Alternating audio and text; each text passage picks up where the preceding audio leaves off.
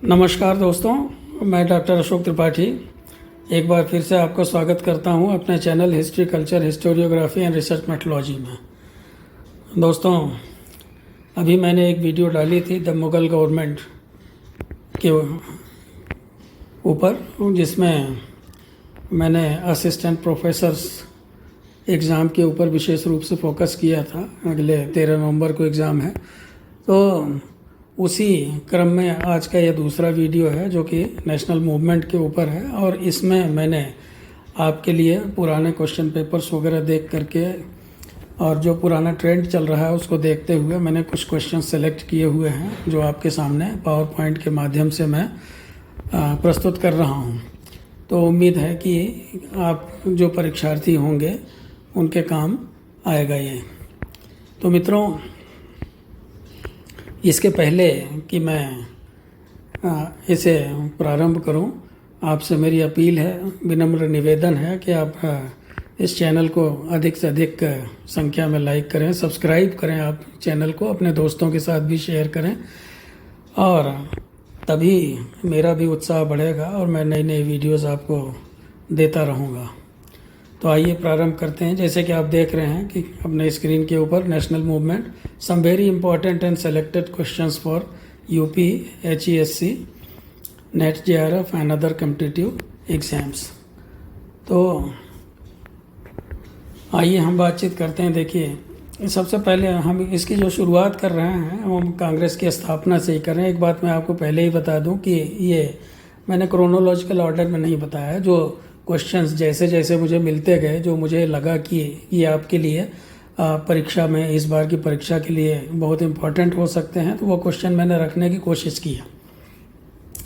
और ये थोड़ा सा लीक से हट करके है।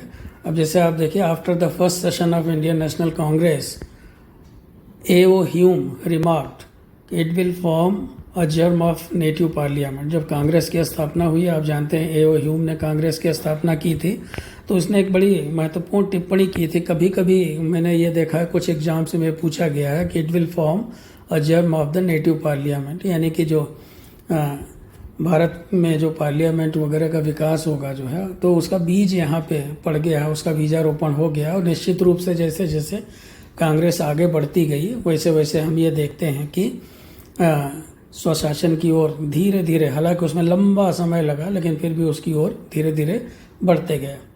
वहीं पर जो ब्रिटिश ऑफिशियल रिस्पांस था वो कितना ख़राब था, ये आप देखिए। दूसरे प्रश्न में आप देखिए, Curzon said in India one of his great ambition was to assist the Congress to a peaceful demise. वो ये कहता था कि भारत में मेरी इच्छा ये है कि कांग्रेस जो है वो शांतिपूर्ण ढंग से समाप्त हो जाए और मैं उसमें सहायता करूं, ऐसी मेरी इच्छा है। तीसरा प्रश्न आप देखिए, जो कि बहुत इम्पोर्टेंट है, कभी कभी पूछा जाता है कि क्या कभी A.O. ह्यूम कांग्रेस के प्रेसिडेंट बने? तो नहीं, कांग्रेस का फाउंडर वो जरूर था। A.O. Hume was the founder of Indian national Congress but never became president of Congress. इसी तरह से आप देखिए, चौथा प्रश्न जो है, कभी कभी ये भी पूछा गया है कि जैसे आप ये जानते हैं कि पार्टीशन ऑफ बंगाल कब हुआ और कब इसको जो है रिवर्स किया गया, लेकिन किसके समय में रिवर्स किया गया इसको? तो ये लॉर्ड हार्डिंज के समय में किया गया। इसी तरह से आगे आप देखिए, कहा जाता है कि 1885 ईस्वी से 1905 ईस्वी तक जो कांग्रेस की राजनीति थी उसको ये कहा जाता है पॉलिटिक्स ऑफ मॉडरेट्स, यानी जो नरम दल वालों की पॉलिटिक्स थी। तो मॉडरेट्स का जो कार्यक्रम था वो क्या था? कई बार ये प्रश्न पूछ लिया जाता है आपसे। तो उनका जो कार्यक्रम था वो ये था, क्वाइटनेस एंड कॉन्फिडेंस, यानी कि शांतिपूर्ण ढंग से और विश्वास के जरिए जो है वो ताकत प्राप्त करना चाहते थे। वो कहते थे कि quietness and confidence shall be our strength, हमारी जो ताकत है वो क्वाइटनेस और कॉन्फिडेंस होना चाहिए। इसी तरह से वो ये कहते थे persuasion and discussion shall be our weapons. तो परसुएशन के जरिए, डिस्कशन के जरिए, बातचीत के जरिए जो है वो स्वराज प्राप्त करना चाहते थे, उसी को अपना शस्त्र समझते थे। तो ये लाइनें आप देख लीजिए, आपसे पूछा जा सकता है। इसी तरह से आप देखिए, थ्रू हिज न्यूज़पेपर्स धीरे धीरे तिलक मशहूर हो रहे थे। वो एक गरम दल के नेता के रूप में जाने जाते थे। तो उनका ये कहना था कि स्वराज जो है वो, swaraj is our birth right, swaraj हमारा जन्मसिद्ध अधिकार है। तो अपने समाचार पत्रों केसरी और मराठा के जरिए, अब आप यहाँ ध्यान दीजिएगा, जैसे मराठा शब्द काफ़ी भ्रामक है, बहुत लोग ये समझ लेते हैं कि मराठा अखबार जो है मराठी भाषा में होगा, तो ऐसा नहीं। मराठा अंग्रेजी में था और केसरी मराठी भाषा में था तिलक का, जिनके जरिए वो युवाओं में देशभक्त की भावना भरते थे। साथ ही साथ उन्होंने शिवाजी और गणपति नामक त्योहारों को भी चलाया, जो कि बहुत ही प्रसिद्ध हैं। और उनका जो नारा था वो ये था, swaraj is our birth right, swaraj हमारा जन्मसिद्ध अधिकार है, and we will have it, और हम इसे लेकर रहेंगे। नेक्स्ट क्वेश्चन जो इम्पोर्टेंट है, आप देखिए, king emperor George fifth visited India in 1911। तो क्लियर है, 1911 में जॉर्ज पंचम भारत आए और भारत में 3 बार इम्पीरियल दरबार हुआ। ये सवाल आपसे पूछा जा सकता है कि कौन कौन से सन में इम्पीरियल दरबार हुआ। तो 1877 में, 1903 में और 1911 में, जबकि धीरे धीरे जो है ब्रिटिश साम्राज्य अपने एकदम हाइट पे पहुंच रहा था, अपने चरम सीमा पे पहुंच रहा था। और 1911 का दरबार जो था, द 1911 दरबार was the only one that a sovereign George fifth attended. तो केवल 1911 के दरबार में कोई ऐसा जो सोवेरियन था जिसने उसे अटेंड किया था, वो जॉर्ज पंचम था। बाकी और इस तरह के किसी व्यक्ति ने नहीं अटेंड किया था। इसी तरह आप देखिए, स्वदेशी और बायकॉट मूवमेंट्स जो है वो 1905 में प्रारंभ हुए। एक बहुत महत्वपूर्ण घटना 1908 में हुई थी, खुदीराम बोस। तो खुदीराम बोस को अगस्त 11 को फांसी दी गई थी मुजफ्फरपुर जेल में बिहार में। और जबकि उसे अरेस्ट कर लिया गया। तो उसे क्यों अरेस्ट किया गया था? क्योंकि उसने ब्रिटिश जज डगलस किंग्सफोर्ड के ऊपर उनकी हत्या करने का प्रयास किया था बम फेंक करके, अप्रैल 30, 1908 को। तो ये दोनों डेट्स आप याद रखिएगा। कई बार इस तरह का सवाल पूछ लिया जाता है कि उसको फांसी कब हुई। मान लीजिए तिथि पूछ ली, तो आप दोनों डेट्स याद रखिए। इसी तरह से दिल्ली कॉन्स्पिरेसी केस भी एक था कि एक होममेड बॉम्ब जो था वो लॉर्ड हार्डिंज के ऊपर फेंका गया था। तो ये आप याद रखिएगा।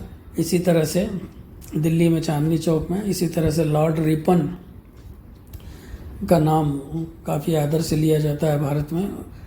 ये सवाल काफ़ी पूछा गया है, मैंने देखा पिछले प्रश्न पत्रों में। The Ripon talked of self government to India much before any Indian asked for it. तो रिपन ने जो है वो स्वशासन की बातचीत की भारत में। और आश्चर्य ये है कि रिपन से पहले किसी भारतीय ने इसकी बातचीत नहीं की थी। गोपाल कृष्ण गोखले जो थे 1915 में उनकी मृत्यु हो गई थी। आगे के स्लाइड्स में उनके बारे में हम आपको और जानकारी देंगे। 1907 में सूरत स्प्लिट हो गई थी। सूरत सेशन कांग्रेस का हो रहा था, जिसमें जो है नरम दल और गरम दल में फूट पड़ गई थी। तो इसीलिए जो है वो उसको स्प्लिट कहते हैं कि फूट पड़ जाना। और इसी तरह से 1916 ईस्वी में लखनऊ में एक समझौता हो गया था, लखनऊ पैक्ट हुआ था। तो लेकिन गांधी जी ने इसको अप्रूव नहीं किया था। तो ये सब तिथियां जो हैं बड़ी महत्वपूर्ण तिथियां हैं, कई बार आपसे पूछ ली जाती हैं। तो इन तिथियों को आप याद रखें।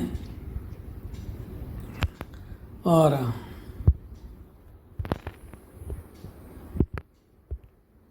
अब आप आगे देखिए कि रॉलेट एक्ट ये इसलिए महत्वपूर्ण है। इसके पहले देखिए गांधी जी ने चंपारण सत्याग्रह में, बारदोली सत्याग्रह में, अहमदाबाद मिल मजदूरों के आंदोलन में हिस्सा लिया था। लेकिन ये सब कोई ऐसा नहीं था कि ये नेशनल मूवमेंट थे। तो इसलिए गांधी जी पहली बार फ्रीडम स्ट्रगल से जुड़े, अगर सही मायने में, तो किससे जुड़े? रॉलेट एक्ट से जुड़े। इसी तरह से आप देखिए बंगाल का जब विभाजन हुआ, कई बार ये सवाल पूछा जाता है वंदे मातरम सबसे पहले कब गाया गया? वंदे मातरम गाया गया जब बंगाल का विभाजन हुआ। तो उस समय लोगों ने इसके विरोध में वंदे मातरम का गान किया। इसी तरह से बंगाल विभाजन के बाद जो आंदोलन चला, बायकॉट मूवमेंट चला, बहिष्कार आंदोलन चला, स्वदेशी आंदोलन चला, तो उस समय से महिलाओं ने काफ़ी बढ़ चढ़ के उसमें हिस्सा लिया। अब जैसे कुछ महिला क्रांतिकारी थीं जो इससे जुड़ी हुई थी, लावण्य प्रभा देवी, मनोरमा बासु, नोनी बाला देवी, आशा लता सेन, ये सब रिवॉल्यूशनरीज थी, क्रांतिकारी महिलाएं थी जिन्होंने पार्टीशन ऑफ बंगाल या बंगाल विभाजन का विरोध किया था। इसी तरह से कुछ महिलाओं ने अपनी कलम के जरिए इसका विरोध किया, यानी कि वो पढ़ी लिखी लेखिकाएं थी जैसे कुमुदनी मित्रा, बनलता देवी और खैरुन्निसा इत्यादि ने अपनी राइटिंग्स के जरिए, अपने लेखन के जरिए इसका विरोध किया। इसी तरह से सरला देवी चौधरानी जो थी, उन्होंने एक संगठन बनाया महिलाओं का, जो कि बहुत ही महत्वपूर्ण संगठन था। ये कई बार पूछा गया है, भारत स्त्री महामंडल, और इसकी स्थापना कहाँ की गई थी? यह इलाहाबाद में की गई थी। स्वर्ण कुमारी देवी थी। स्वर्ण कुमारी देवी को पहला बंगाली नॉवलिस्ट कहा जाता, वुमेन नॉवलिस्ट आप कह लीजिए, पहली बंगाली महिला उपन्यासकार थी, और इनका जो पहला नॉवेल था वो दीप निर्माण था। इन्होंने बहुत सारे नॉवेल्स और बहुत सारी दूसरी किताबें लिखी, तो इनको भी आप याद रखिएगा।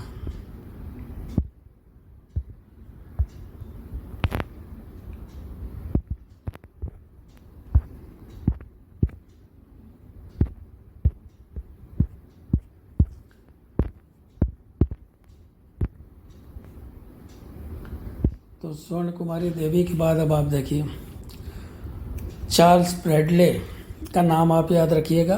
क्यों? क्योंकि he was known as the member of India and had a hall in Lahore named after him.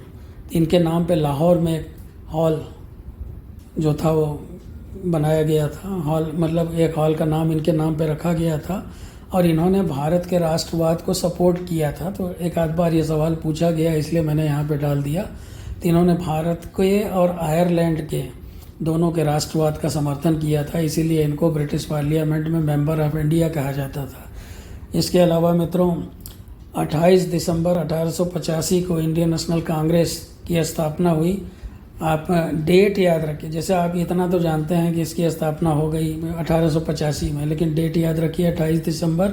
साथ ही साथ कहाँ पे स्थापना हुई? गोकुलदास तेजपाल संस्कृत कॉलेज बम्बई में, और 72 डेलीगेट्स जो थे उन्होंने इसमें भाग लिया था। वोमेश चंद्र बनर्जी ने इसकी अध्यक्षता की थी। लॉर्ड डफरिन जो था वो इंडियन नेशनल कांग्रेस का से बहुत ही नफरत करता था, उसके लिए उसके मन में कोई सिंपैथी नहीं थी। तो ये आप याद रखिएगा।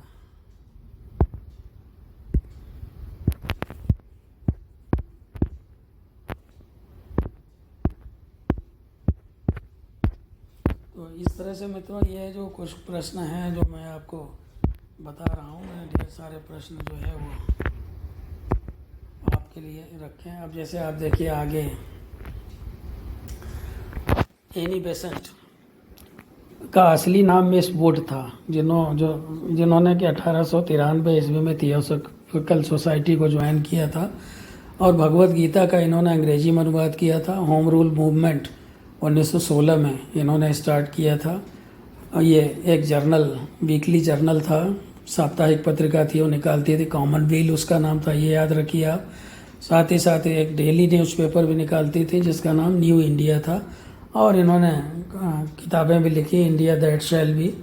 और साथ ही साथ 1917 में इनको कांग्रेस का प्रेसिडेंट चुना गया। 1917 में इनको जेल भी जाना पड़ा। इसी तरह से एओ ह्यूम के बारे में आप जान लीजिए, वो कौन थे जिन्होंने कांग्रेस की स्थापना की थी। वो स्कॉटिश डिसेंट के थे। कई बार पूछ लिया जाता है कि वो कहाँ के थे, तो वो स्कॉटलैंड से संबंधित थे, स्कॉटिश डिसेंट के थे। और इन्होंने जो है बंगाल सिविल सर्विस ज्वाइन की थी 1849 में। इनके विचार काफ़ी उदार थे, और इन्होंने इंडियन नेशनल कांग्रेस की स्थापना 1885 में की थी। तो ये आप याद रखें। और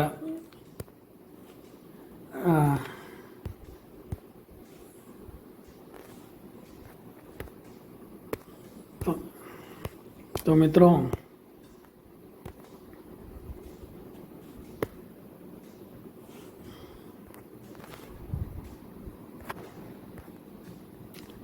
मैं बात कर रहा था अभी आपको, हाँ, तो इसके पहले हमने, तो अब आप देखिए कुछ किताबों वगैरह के नाम और कुछ संगठनों के नाम आपको याद रखना ज़रूरी है। अब जैसे ये सिंपल है, आप इसमें जो स्लाइड्स हैं इसमें देख लीजिए। The author of Indian Musalmans W. Hunter ने लिखा था। खुदाई खिदमतगार की स्थापना 1930 में खान अब्दुल गफ्फार खान ने की थी। इसी तरह से कृषक प्रजा पार्टी बंगाल में फजलुल हक ने बनाई। खाकसार पार्टी 1931 में अल्लामा मशरिकी ने बनाई। आज़ाद मुस्लिम कांग्रेस 1940 में अल्लाह बख्श ने स्थापित की। इसी तरह से फॉरवर्ड ब्लॉक की स्थापना 1939 में सुभाष चंद्र बोस ने की। एशियाटिक सोसाइटी 1784 में सर विलियम जोन्स ने बनाई। ब्रह्म समाज की स्थापना 1828 में राजा राम मोहन राय ने की। तो ये आपको याद रखना है मित्रों। तो इसी तरह से अब आप आगे देखिए, ब्रिटिश सार्वजनिक सभा 1833। ये मैं आपको चुन के बता रहा हूँ, ये सब पूछे गए सवाल हैं, तो इसलिए आप इनको अच्छी तरह से याद कर लीजिएगा। ब्रिटिश सार्वजनिक सभा 1843 में दादा भाई नौरोजी ने बनाई थी। साइंटिफिक सोसाइटी 1862 में सर सैयद अहमद खान ने इसकी स्थापना की थी। इसी तरह से मोहम्मदन एंग्लो लिटरेरी सोसाइटी 1863 में अब्दुल लतीफ़ ने बनाई थी। प्रार्थना समाज की स्थापना आत्माराम पांडुरंग ने की थी, जो कि एक फिजिशियन थे, वैद्य थे, इसी और सोशल रिफॉर्मर थे, और वो ब्रह्म समाज आंदोलन के केशव चंद्र सेन से काफ़ी ज़्यादा प्रभावित थे और प्रताप चंद मजूमदार से। इसी तरह से पूना सार्वजनिक सभा की स्थापना 1870 में MG Rana day, SS Chiplunkar और GB जोशी ने की। अब आप देखिए आर्य समाज तो आप जानते ही होंगे, दयानंद सरस्वती ने 1875 में इसकी स्थापना की। थियोसॉफिकल सोसाइटी, कई बार लोग भूल से समझ लेते हैं कि इसकी स्थापना जो है एनी बेसेंट ने की। एनी बेसेंट ने नहीं की थी, इसकी स्थापना की थी मादाम ब्लावत्स्की और कर्नल हेनरी स्टील ऑलकॉट। तो ये आप याद रखिए। इसी तरह से मोहम्मदन एंग्लो ओरिएंटल कॉलेज, इसकी स्थापना जो है सर सैयद अहमद खान ने की थी, जो आगे चल के अलीगढ़ मुस्लिम यूनिवर्सिटी के रूप में जानी गई। इंडियन एसोसिएशन 1876 में सुरेंद्र नाथ बनर्जी ने बनाई थी। प्रारंभिक संगठनों में था, कांग्रेस की स्थापना के पहले इसकी स्थापना हुई थी। इसी तरह से बॉम्बे प्रेसिडेंसी एसोसिएशन 1885 में फिरोज शाह मेहता, KT तेलंग और बदरुद्दीन तैयब जी ने बनाई थी। बड़ा नगर मठ या रामकृष्ण मठ स्वामी विवेकानंद ने 1886 में स्थापित की थी। तो मित्रों ये याद रखिए, कई बार क्या होता है कि रामकृष्ण मठ न पूछ करके बड़ा नगर मठ पूछ दिया केवल, तो आप कंफ्यूज हो जाएंगे, इसीलिए मैंने दोनों लिख दिया, बड़ा नगर मठ या रामकृष्ण मठ। तो ये आप याद रखें।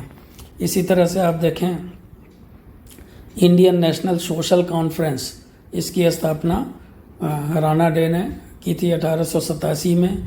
मुस्लिम लीग की स्थापना नवाब सलीमुल्लाह आगा खान ने किया था 1906 में। गदर पार्टी, ये बहुत ही महत्वपूर्ण है, क्रांतिकारी संगठन था एक ये, जिसकी स्थापना लाला हरदयाल, काशीराम और सोहन सिंह ने की थी, और इसकी स्थापना भारत से बाहर की गई थी, विदेशों में, कनाडा वगैरह की तरफ। इसी तरह से होम रूल लीग, आप देखते हैं कि इसकी स्थापना 1916 में BG तिलक ने की। एक बहुत ही महत्वपूर्ण संगठन था जिसे आप याद रखें, ये बहुत बार पूछा गया है।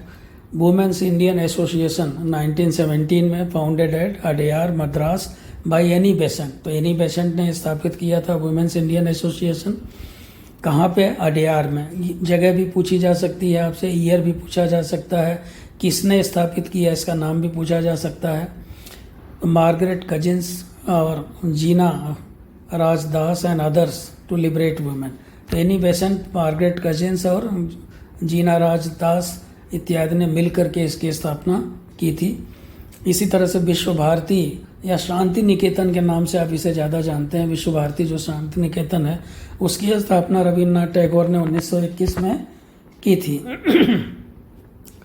इसी तरह मित्रों आप देखिए Indian national trade union Congress INTUC जिसे कहते हैं, ये बहुत ही महत्वपूर्ण है।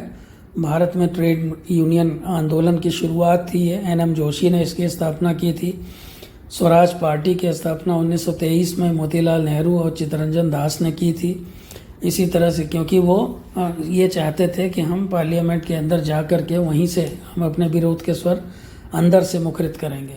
इसी तरह से हिंदुस्तान सोशलिस्ट रिपब्लिकन आर्मी, अब हिंदुस्तान रिपब्लिकन आर्मी पहले हुआ करती थी, लेकिन उसको 1928 में उसका नाम बदल के भगत सिंह, चंद्रशेखर आज़ाद वगैरह ने उसमें सोशलिस्ट शब्द जोड़ दिया था। तब से ये हिंदुस्तान सोशलिस्ट रिपब्लिकन आर्मी के नाम से उनका संगठन जाना जाने लगा। अब मित्रों, कुछ महत्वपूर्ण न्यूज़पेपर्स, पीरियडिकल्स और बुक्स के नाम मैंने इसमें दिए हैं, जो मैंने देखा है कि क्वेश्चन पेपर्स में अक्सर पूछे गए हैं, तो इनको आप याद रखिएगा। अल हिलाल जैसे मौलाना आज़ाद का था, अनहैप्पी इंडिया लाला लाजपत राय की पुस्तक थी। इसी तरह से अभ्युदय मदन मोहन मालवीय का था। A nation in the making, ये सुरेंद्र नाथ टैगोर ने लिखा था। इसी तरह से इंडिपेंडेंट, ये मोतीलाल नेहरू निकालते थे। काल अखबार था, परांज पे निकालते थे। इसी तरह से लीडर और हिंदुस्तान, ये दो अखबार जो थे वो मदन मोहन मालवीय निकालते थे। लीडर इलाहाबाद से निकलता था। इसी तरह से संवाद कौमुदी राजा राम मोहन राय से संबंधित है। और भी आप देख लीजिए, हमदर्द, ये मोहम्मद अली इसको निकालते थे। हरिजन और यंग इंडिया महात्मा गांधी निकालते थे। न्यू इंडिया और कॉमनवेल्थ ये एनी बेसेंट निकालती थी। इसी तरह से नेशन एक अखबार था जो गोपाल कृष्ण गोखले से संबंधित था। बंगाली अखबार था, ये एस.एन. बनर्जी निकालते थे। इसी तरह से युगांतर था जो अरविंद घोष इससे जुड़े हुए थे, वो निकालते थे। सुधारक था, वो आगरकर निकालते थे। इसी तरह से होम एंड द वर्ल्ड, ये रविन्द्रनाथ टैगोर ने लिखा था। इसी तरह से भारतीय जो था ये द्विजेंद्रनाथ टैगोर ने लिखा था। बॉम्बे दर्पण, ये बाल शास्त्री जाम्बेकर ने लिखा था। इसी तरह से Rast Goftar and the voice of India, ये दादा भाई नौरोजी ये निकालते थे। इसी तरह से the history of my deportation, ये बुक जो था, और जर्नल्स वगैरह जो है, वंदे मातरम, ये सब जो है, द पीपुल, ये सब लाला लाजपत राय से संबंधित थे। तो ये सब आप याद रखिए। मैंने यहाँ कुछ के नाम दे दिए हैं, कुछ के आप और ढूंढ के लिख सकते हैं, लेकिन जो अक्सर पूछे जाते हैं उन्हीं के नाम मैंने इसमें दिए हैं। नेक्स्ट आप देखिए, दादा भाई नौरोजी के बारे में थोड़ी सी जानकारी मैंने आपको दी है कि Dadabhai Naoroji presided over the second Congress session, वो कांग्रेस के दूसरे अध्यक्ष थे। वो ब्रिटिश पार्लियामेंट के लिए चुने गए थे। कहाँ से, ये आप जगह का नाम याद रखिए, बिन्सबरी कॉन्स्टिट्यूएंसी इन 1891, एंड दस he was the first Indian MP. तो आप उनको कह सकते हैं कि भारत के पहला एमपी होने का जो श्रेय है वो दादा भाई नौरोजी को। एमपी मतलब मेंबर ऑफ पार्लियामेंट। इसी तरह से वो लंदन इंडियन सोसाइटी और ईस्ट इंडियन एसोसिएशन के फाउंडर थे। उन्होंने एक फोर्टनाइटली जर्नल निकाला, राष्ट्र गुफ्तार, जिसका अर्थ होता है ट्रुथ टेलर, यानी सत्य बताने वाला। इसी तरह से उन्होंने द वॉइस ऑफ इंडिया 1883 में लिखी, और उनकी जो मशहूर पुस्तक है जिसमें उन्होंने ड्रेन ऑफ वेल्थ थियरी या धन के अपवहन के सिद्धांत को विकसित किया, वो थी poverty and un British rule in India. उनको grand old man of India भी कहा जाता है। तो ये आप उनके बारे में जानकारी याद रखिए। एक नाम और आप याद रखिए जो कि आपके इतिहास की किताबों में नहीं मिलता है, वो है सकलात वाला। तो ये is notable for being the first person of Indian heritage to become a British member of parliament for the UK Labour Party. UK Labour Party से पहली बार ब्रिटिश मेंबर ऑफ पार्लियामेंट बने थे। और was also among the few members of communist party of Great Britain. तो Great Britain की communist party के सदस्य थे ये। CPGB मतलब communist party of Great Britain, to serve as an MP। इसी तरह से आप अगला प्रश्न देखिए, the decision to start civil disobedience movement was taken at the Ahmedabad session. कई बार ये पूछ लिया जाता है कि सविनय अवज्ञा या नागरिक अवज्ञा आंदोलन जो है वो शुरू करने का की बात कहाँ पे की गई, तो अहमदाबाद सेशन में की गई कांग्रेस के। इसी तरह से आप देखिए, माउंट बेटन, ऐसा नहीं था कि एकदम बाद में ही भारत में है, माउंट बेटन पहले भी भारत आ चुके थे। He accompanied prince of Wales to India in 1921। इसी तरह से आप देखिए, ये बहुत पूछा जाता है। Chamber of princes was inaugurated in 1921। तो ये याद रखिए आप। अब आप आगे देखिए 59 क्वेश्चन आप देखिए कि British prime minister Lord George जो थे उन्होंने 22 अगस्त को एक बहुत फेमस स्पीच दी थी जिसे स्टील फ्रेम स्पीच कहते हैं। तो आप ये याद रखिए, ये अक्सर पूछा जाता है। तो लॉर्ड जॉर्ज ने भाषण दिया था, भाषण को कहा जाता था steel frame speech. Chittaranjan Das ने 1922 में रिजाइन कर दिया था कांग्रेस के प्रेसिडेंटशिप से। कब? गया सेशन के बाद। इसी तरह से special session of Congress adopted the programme of council entry. आप देखिए एक स्पेशल सेशन बुलाया गया था काउंसिल एंट्री के लिए, सर अलेक्जेंडर मुदीमान इंक्वायरी कमेटी। ये आप याद रखिए, बहुत ही महत्वपूर्ण कमेटी थी। है 1924 में इसको अपॉइंट किया गया था कि डायरकी जो है यानी द्वैध शासन कैसे ठीक ठाक काम कर रहा है कि नहीं। तेज बहादुर सप्रू और जिन्ना इसके सदस्य थे। इसी तरह से गांधी इरविन समझौता जो था उसको सुपुष्ट किया गया था। कब?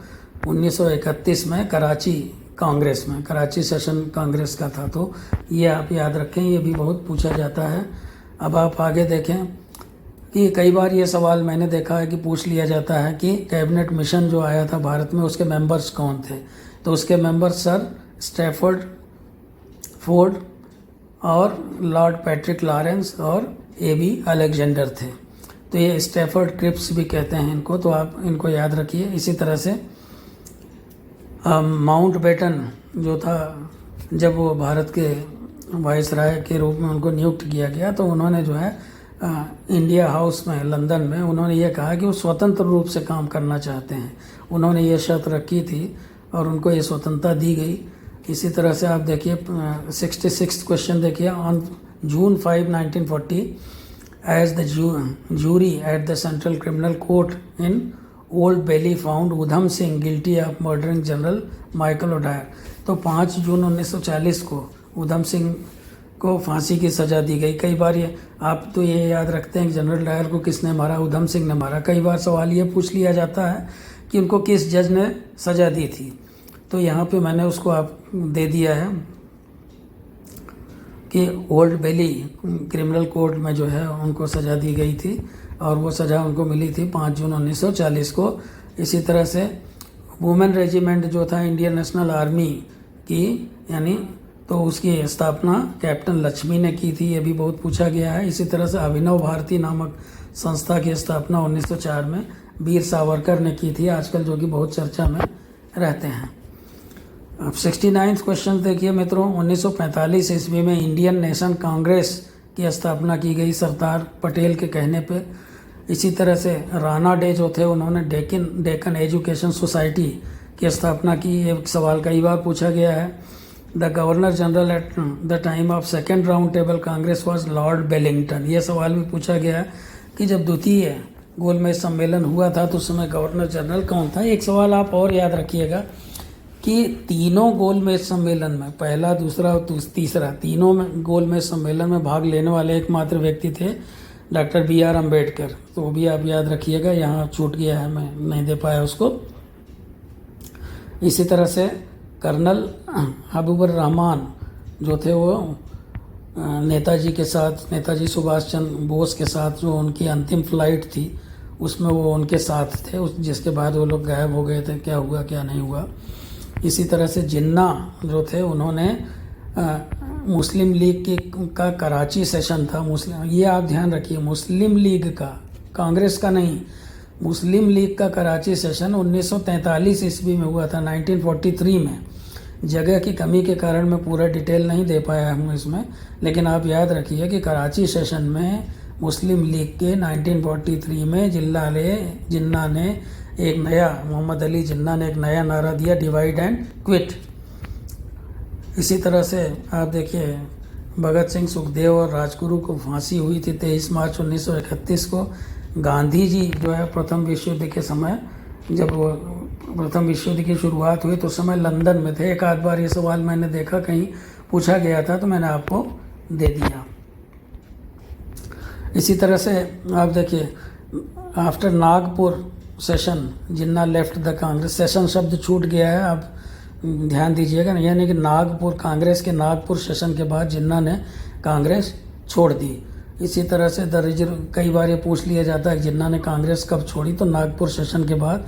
इसी तरह the resolution of non cooperation was passed at Calcutta session in 1920, 1920 में असहयोग आंदोलन के लिए एक प्रस्ताव पास हुआ। इसी तरह से आप देखें, sir Sankaran Nair resigned his membership of viceroy council after Jallianwala Bagh incident. तो जलियांवाला बाग की घटना जब हुई थी तो सर शंकर नायर ने जो है वायसराय के काउंसिल से इस्तीफ़ा दे दिया था। पाकिस्तान की आइडिया के बारे में बात करें मित्रों, ये सबसे पहले कहाँ पे इसके बारे में डिस्कशन हुआ, तो इसके बारे में सबसे पहले डिस्कशन जो है वो 1930s में हुआ कैम्ब्रिज यूनिवर्सिटी में। बाद में फिर भारत में पाकिस्तान प्रस्ताव वगैरह आया 1940 में। कम्युनल डिसहार्मनी स्टार्टेड आफ्टर 1920 इन नेशनल। एक जगह सवाल पूछा गया था कि भारत में सांप्रदायिकता का विकास जो है वो कब से उसने तेज़ी पकड़ी, तो 1920 ईस्वी के बाद से उसने तेज़ी पकड़ी। इसी तरह से हिंदू महासभा जो है ये भी बहुत चर्चा में रहता है, कई बार पूछा जाता है। 1915 में इसकी स्थापना मदन मोहन मालवीय ने की थी। अब आप क्वेश्चन नंबर 82 पे आइए। देखिए, ऑल इंडिया किसान सभा बहुत महत्वपूर्ण संगठन था। ये कम्युनिस्ट पार्टी ऑफ इंडिया ने जो अब उनका जो किसान वाला विंग था वो उसका नाम उन्होंने दिया हुआ था। और साथ ही साथ जो है किसान आंदोलन चलाया था स्वामी सहजानंद सरस्वती ने 1936 ईस्वी में, तो ये आप ध्यान रखें। इसी तरह से नेक्स्ट क्वेश्चन आप देखिए, 1940 में कम्युनिस्ट पार्टी ने भारतीय राष्ट्रीय कांग्रेस की निंदा की और निंदा करते हुए उसे फासिस्टों का पांचवा स्तंभ कहा, fifth column of the fascist. ये भी एक जगह पूछा गया था। मोतीलाल नेहरू अमृतसर कांग्रेस के अध्यक्ष थे 1919 में।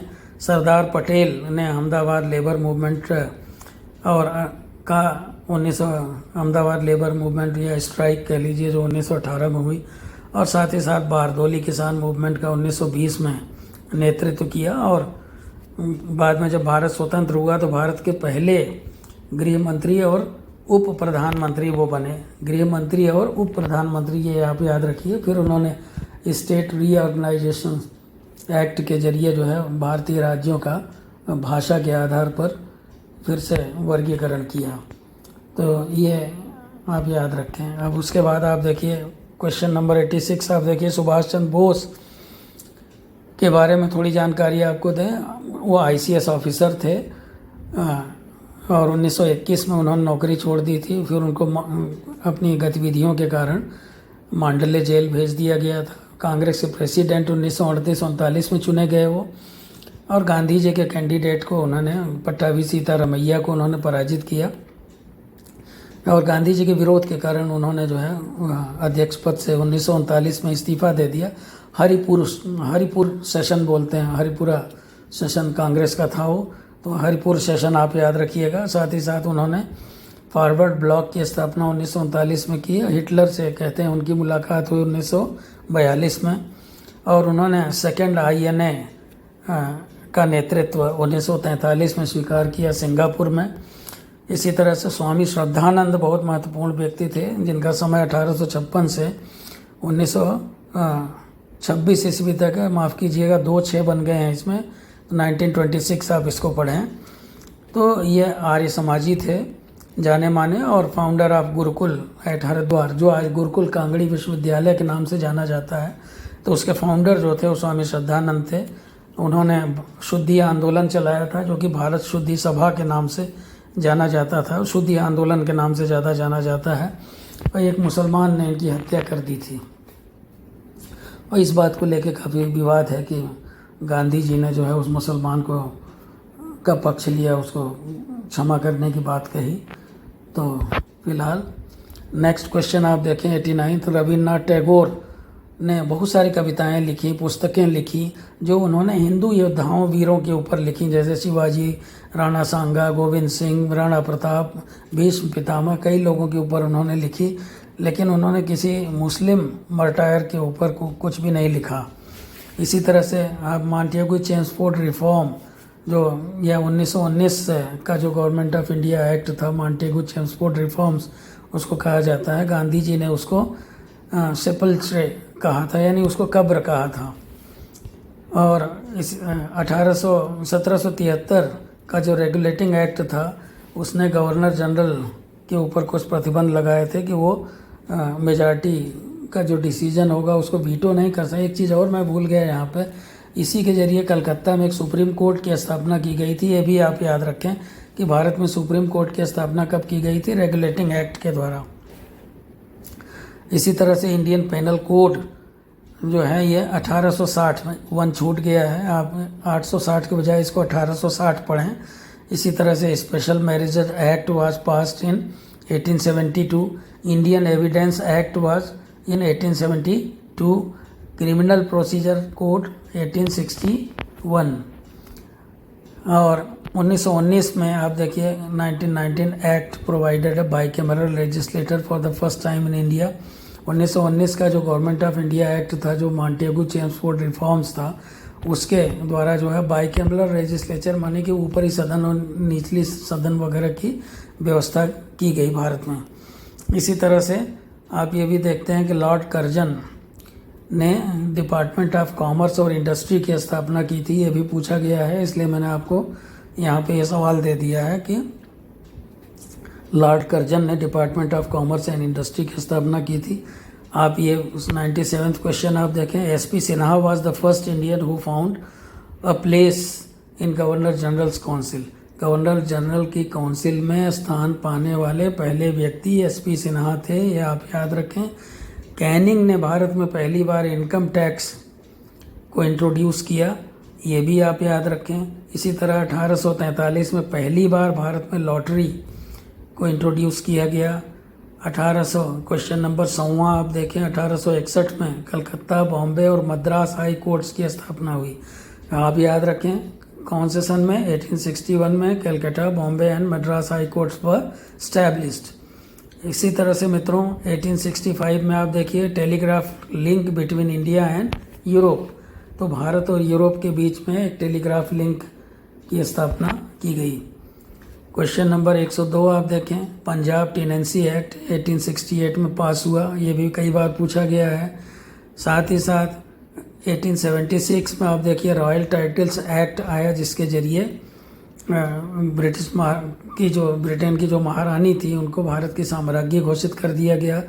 1877 में दिल्ली दरबार का आयोजन किया गया। इसके बाद इसी तरह से 1872 में लोकल सेल्फ गवर्नमेंट की स्थापना हुई। वर्नाक्यूलर प्रेस एक्ट जो है आप देखते हैं, आर्म्स एक्ट पास किया गया, प्रोविंशियल सिविल सर्विस की शुरुआत हुई।